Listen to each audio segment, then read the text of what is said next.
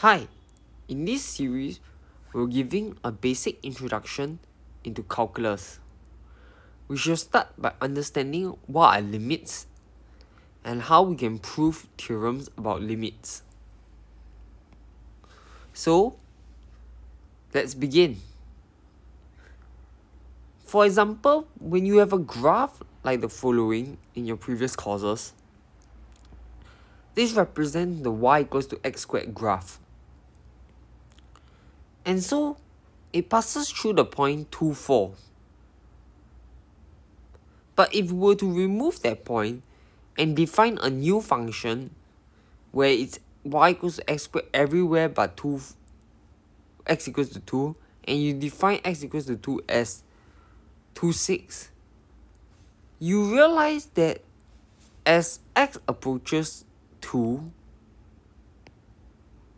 from either sides of the point, so if x is less than 2 and it approaches 2 from the left, and then when x is more than 2 and it's coming from the right, so we want them, you can see when they approach 2, regardless of whether the point is defined at 2, 4, the value of fx is approaching 4.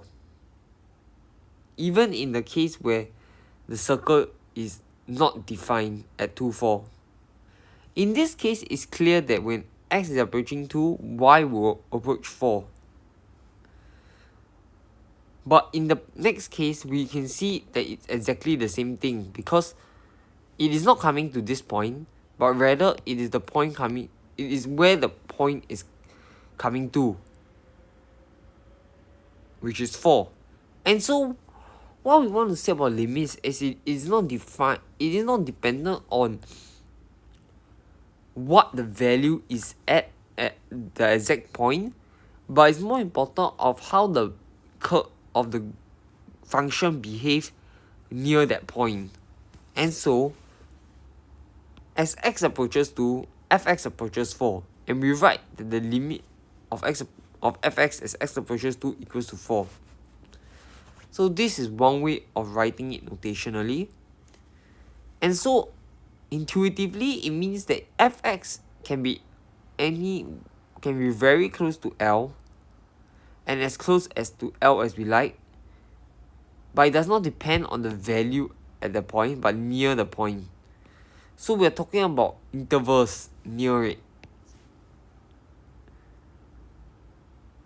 And as fx can be as close to 4 as you want, there will always be some interval around the value 2 such that fx equals to 4. And so we say that f approach the limit L as x approaches C. And so this is how you write it notationally. But while this gives us an intuitive understanding of limits, where it just gives us the understanding that as x approaches a certain value, y approaches the limit, it is not good enough to prove stuff, as it does not capture when does the limit exist, what is the limit, and whether the limit is unique or not.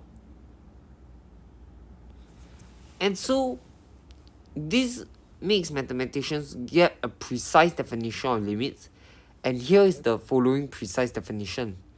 We want to capture the idea that you can get as close to the limit as you want, and you always contain an interval that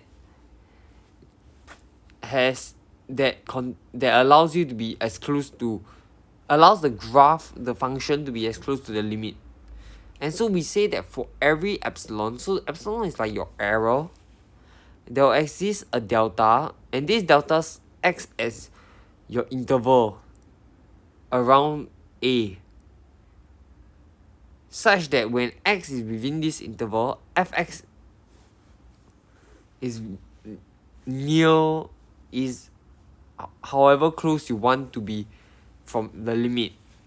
And so it is the direct translation of saying that by taking x sufficiently close to a, fx is arbitrarily close to L because epsilon can vary.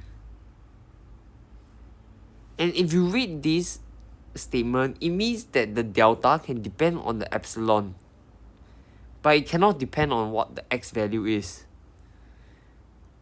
because the x comes after the delta and the delta comes after the epsilon. And here's a picture to better understand what's happening. At the beginning, we can say that fx minus L is less than 1 over 10. So epsilon is 1 over 10. Meaning you got the graph this. Then you are able to find a delta, for example this, such that this interval is contained with, when x is contained within this interval, fx is within the yellow region. And then you can make the claim like, okay, so maybe that's too wide the interval, so we want to get closer and closer to L. And so as we get closer and closer to L, as long as we can continuously find an interval, it will mean that we can always find an interval such that fx is within where we want. And so we'll say that this captures the idea that as x goes, now we also want to note that as the interval closes towards L, the yellow region gets smaller and smaller, the delta has to also get smaller and smaller. And so as x approaches this C, this fx now approaches L. And hence, this is the way to prove things about limits. While we can use the intuitive definition to help us find limits easier, this gives us only as a rough idea of what the limit should be. And by then using the precise definition to prove that that is exactly the limit. We'll see an example here. We want to prove that the limit of 5x minus 3 as x approaches 1 is 2. Well, it fits to our intuition that 5x minus 3 is a straight line and it passes through the point 1, x equals to 1, and so it should be 5 bracket 1 minus 3, which equals to 2. But that's how we just want it to be. That's the intuition behind it.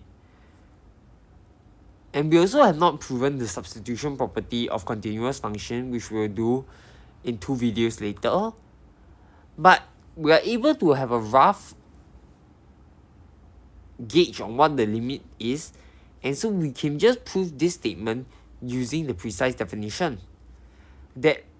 So the precise definition is for every epsilon. So we are given an epsilon larger than 0. Let's first suppose that it is within an interval such that this happens.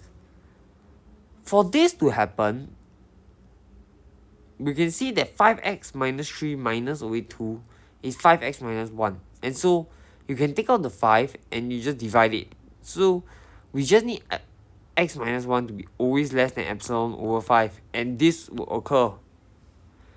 And since this x minus 1 must be less than delta, we just take delta to equals to epsilon over 5. If you can see how you approach it by backwards method.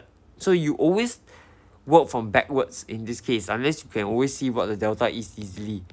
If not, you just take epsilon over 5. It implies this following. And so, since you have a candidate for delta, you can find an interval which x lies in, such that fx minus 2, fx in this case is 5x minus 3, is less than epsilon. And for any given epsilon, because epsilon is arbitrary, this proves that the limit of 5x minus 3 as x approaches 1 is 2. I hope you understand, after going through this example, how you use the precise definition of limits to prove what the limit of the function is, and how you use the intuitive definition to help you build an understanding and give you a guess on what the limit should be.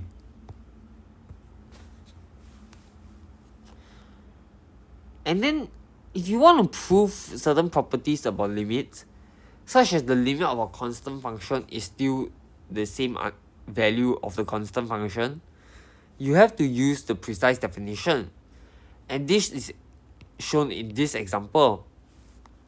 We want the limit of c if c is a constant or as x approaches a to equals to c. So let's say we are given epsilon. So you can draw the picture of the graph. This is c. We're given any epsilon. We can see that regardless of what delta we take, the following will always be true, because c minus c is 0 and epsilon will always be greater than 0. And so because we found a candidate for delta, this is the limit. Similarly, let's say we want to prove that the limit of x as x approaches a equals to a.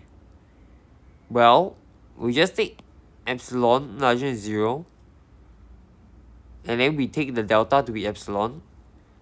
This implies fx minus a is less than epsilon. And so we have proven the substitution property from the precise definition of limits.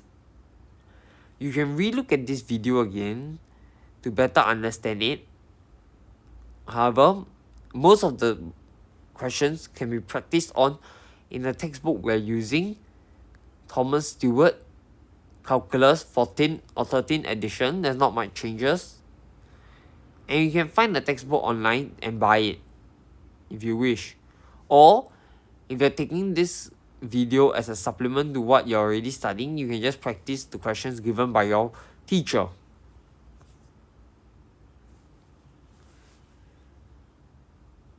Now that we see, we can prove more properties about limits, and I'll leave this for you as exercise. If the limit of a function L is L as x approaches a, then if you multiply a constant through it, the limit will just be a constant times L. More examples follows, as this is a more interesting one. And it says that if the limit of as x approaches a of fx is L and gx is m, then the limit of the two functions add together is just L plus m. So that means we want to show that for any epsilon, there exists a delta such that x minus a is less than delta, and then fx plus gx minus L plus m is less than epsilon. And we can rearrange the terms to say fx minus L plus gx minus m is less than epsilon. We shall make use of the triangle inequality. You can read more about this online, where it proves that a plus b, the absolute value, is always less than or equals to the absolute value of a plus the absolute value of b. And so, if we want this to occur, we can actually say we want this to occur first. And so, if we know that this occurs, it will imply that the lesser value, because this is less than or equals. So, if this is less than or equals to this, which is less than this, of course fx minus L plus gx minus m will be less than epsilon as well. So if we can just find a delta such that the following holds, then we are done. And that's now easier to do, because we know that this can be less than epsilon over 2, and we can limit this to be less than epsilon over 2 also. And since we already know this L and M are the limit values, we can always find an interval such that fx minus L is less than epsilon over 2 and gx minus m is less than epsilon over 2. But these intervals may not be the same. And so we just need to take the minimum of the two intervals, and with that, the following, this will be less than epsilon over 2, and this will also be less than epsilon over 2, and you can see the logic flows over here. And this results in one being this equation holding true, which implies that this also holds true.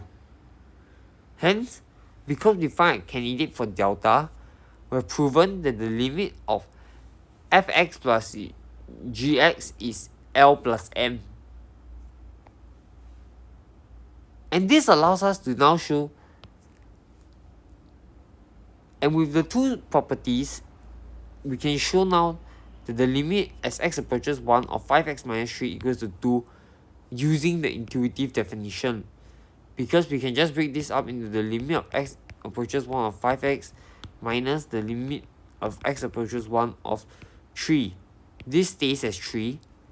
5x would be 5 times 1, which equals to 5 times 1 minus 3, which equals to 2.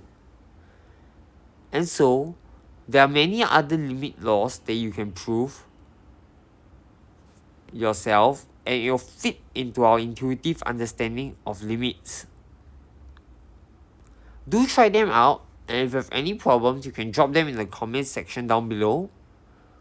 We'll try our best to help you understand it, and I'll catch you in the next video. Thank you for listening, and please like, share, and subscribe.